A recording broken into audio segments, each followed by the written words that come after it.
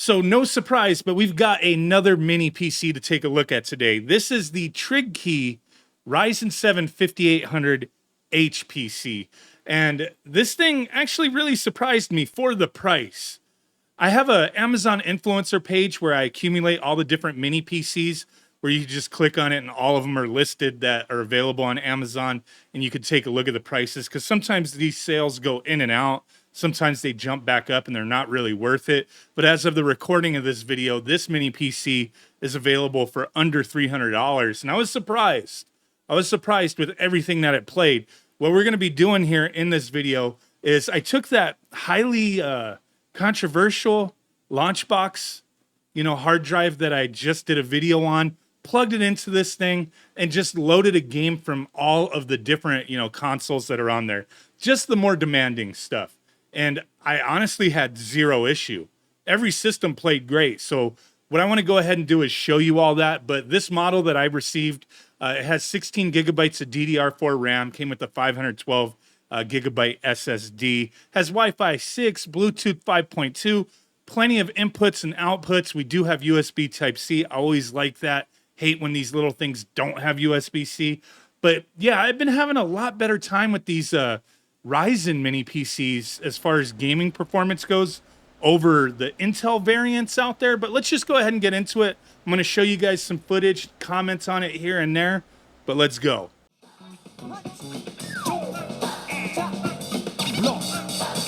Once more now, kick, punch, jump, and block. Don't get cocky, it's gonna get rocky. We're gonna move down to the next jockey now. Duck, jump, jump.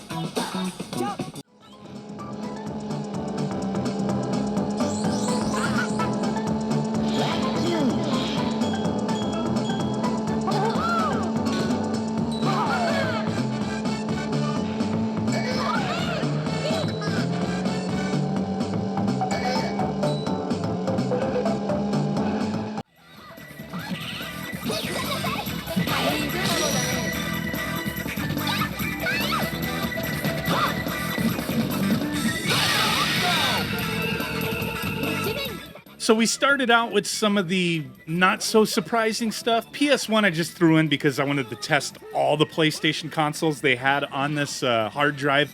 But yeah, I love PS1. Little parappa the rappa. But then Nintendo 64, which can be hit and miss sometimes, but pretty much on any of these little AMD Ryzen systems, you're going to have no issues with that. PS1, Nintendo 64, Sega Dreamcast. Sega Dreamcast runs just fine on this device, but we're going to be moving up to some PC stuff, PS2, PS3, maybe even Nintendo Switch. Holy crap. I was really surprised at how well this thing performed, but let's move on.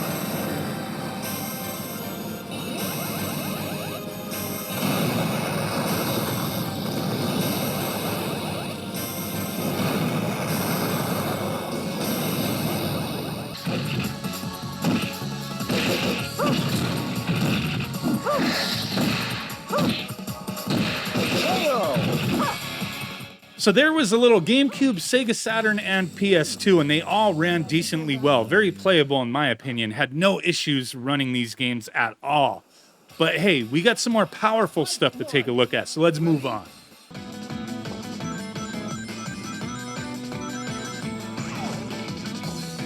You can get it once you see the lock.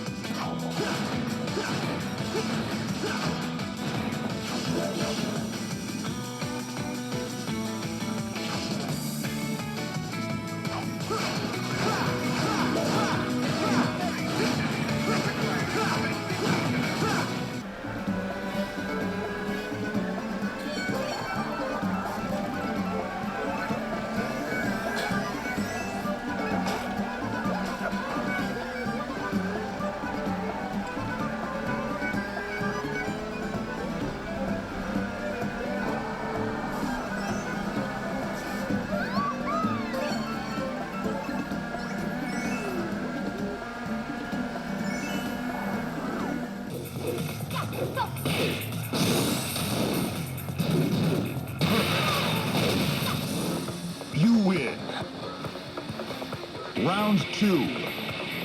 Fight.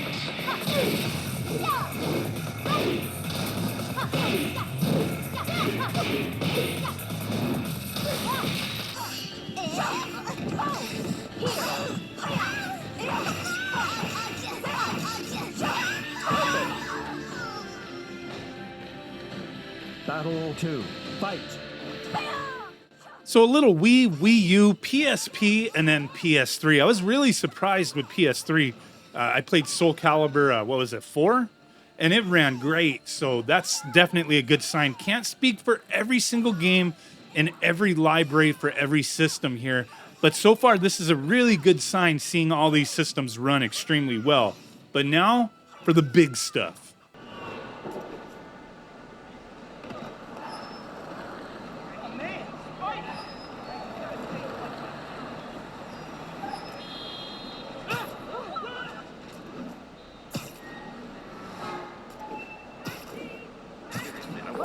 Captain Watanabe. Did you take him down yet? Really him? No, we're at Fisk Tower, but still waiting on the warrant. Mind if I join in on the fun? You know how his lawyers are. This one needs to go by the book. Come on, Yuri. I've been waiting 8 years for this. You really want to help? Head to Times Square. Sounds like his guys are trying to keep my backup from reaching the scene. You got it. Almost there.